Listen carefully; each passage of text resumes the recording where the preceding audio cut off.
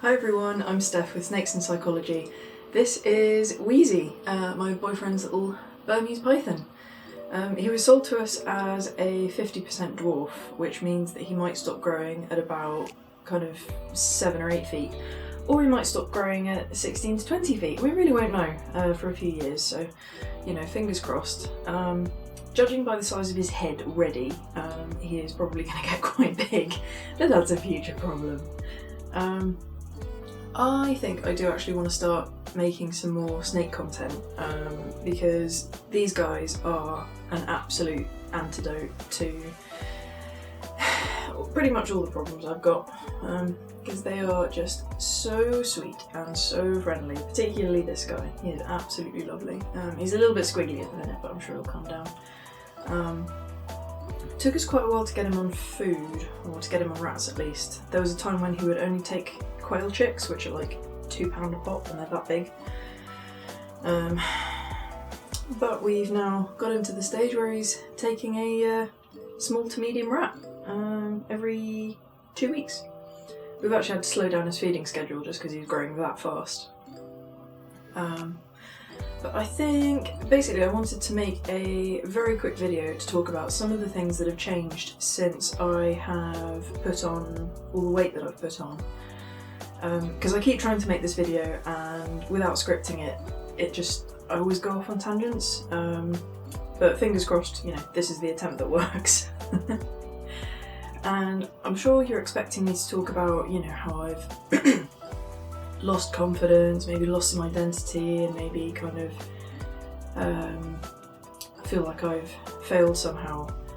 But actually and I think this is partly just down to the very high quality therapy that I've had with a wonderful psychodynamic psychotherapist for the last, getting on for 3 years actually.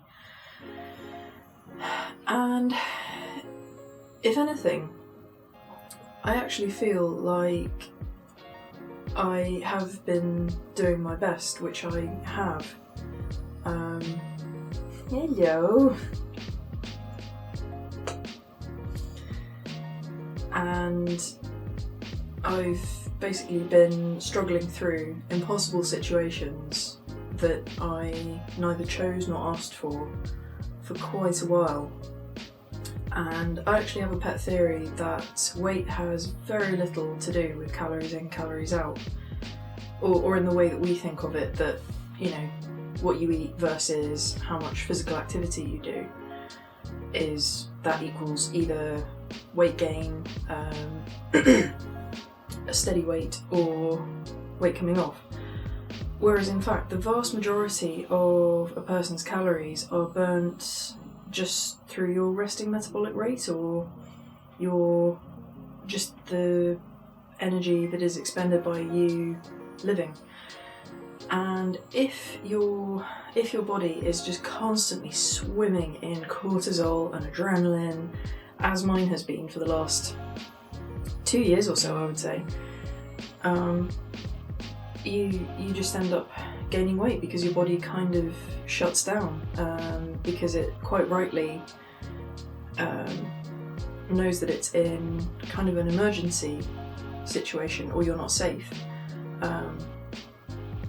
So the human body is not kind of adapted to this age of surplus that we live in now.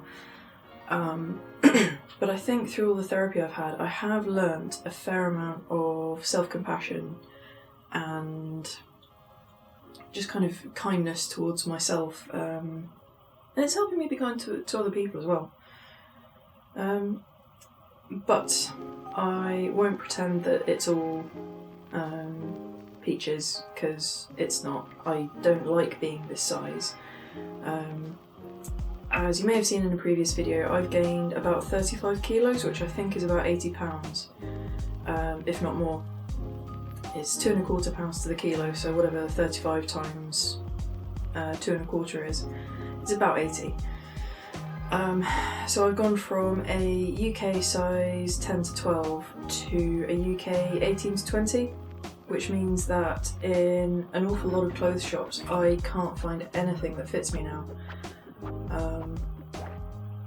Another change is that I actually can't wear underwire bras anymore, partly because I really struggle to find any that are the right size for me, and partly that if I move forward a bit you might be able to see that basically I've got so much fat under here now that underwire, the end of the wire tends to stick into my arm. Sorry if that's too much information, but and also the bottom of the underwire just kind of pushes in and just and I don't know if some of you are watching thinking, well, clearly you haven't found one in the right size, and maybe that's true, but it has been, because I'm somewhat of a minimalist. I don't like to keep an excess of stuff, partly because my whole life is pretty much confined to one room, because I live in service accommodation. So there's me and a small zoo in here. I've actually got 8 snakes, 8 spiders and a toad in here. In fact, they're all in. Can you see any? No, you can't see any behind me. But I will do a room tour eventually. I promise. As soon as the place is tidy and clean enough. But I have had to clear out so much old clothing that just does not fit me anymore. And I don't like keeping old clothes with the premise of like, I want to fit back into them. There's only one piece of clothing that I have kept, and that is a pair of really nice black, high-waisted, kind of thick denim Levi jeans that I hadn't had for that long when I started to put the weight on. I don't know if any of you have ever held a Burmese python, but they are so silky, and they've got really, really shiny scales, haven't you? And they're generally just really placid, really calm. I think of the three giant species, so I would say green anacondas, Burmese pythons, and reticulated pythons. It seems like Burmese pythons are the friendliest and the squishiest, and if you handle them, they are so lovely and so cuddly. But anyway, another huge thing that's happened is that I really struggle to do yoga now, which I've been doing for a good couple of years now, since I moved to this part of Wales. And basically my belly is so big now that I really struggle with forward folds. I think because I've put so much weight on my belly as opposed to my sort of legs, arms, everywhere else, bum, that, I don't know, it's all, if you Google cortisol belly, you'll probably see the shape that I'm talking about. Basically I don't know if I can move the camera a bit so you can see, but I've basically just got this big, almost like pregnant looking belly. My belly button's about there. And I've put on like loads of weight above my belly button, and I don't really have much of a waist anymore, whereas my arms, legs and pretty much everything else have stayed relatively slim. And I can actually feel my abs not far under the fat that's on my abdomen, so the majority of the fat there is visceral fat. And ooh, steady. Oh, stop squirming. Unfortunately, I actually have fatty liver disease now, which is relatively benign in and of itself, but if left untreated it can turn into, or it will turn into, cirrhosis of the liver, so I need to address this. Fortunately, I'm leaving the job that's caused me all this stress and the weight gain and everything else in a couple of months. We're in March now, I'll be leaving in May, or at least I'll stop working in May. I actually get some termination leave, which is quite nice. Another huge thing that's happened is that I used to do triathlons, never to a high standard, but I could finish a standard distance triathlon, no problem. And I was doing a huge volume of training, and I just can't do that anymore. In fact,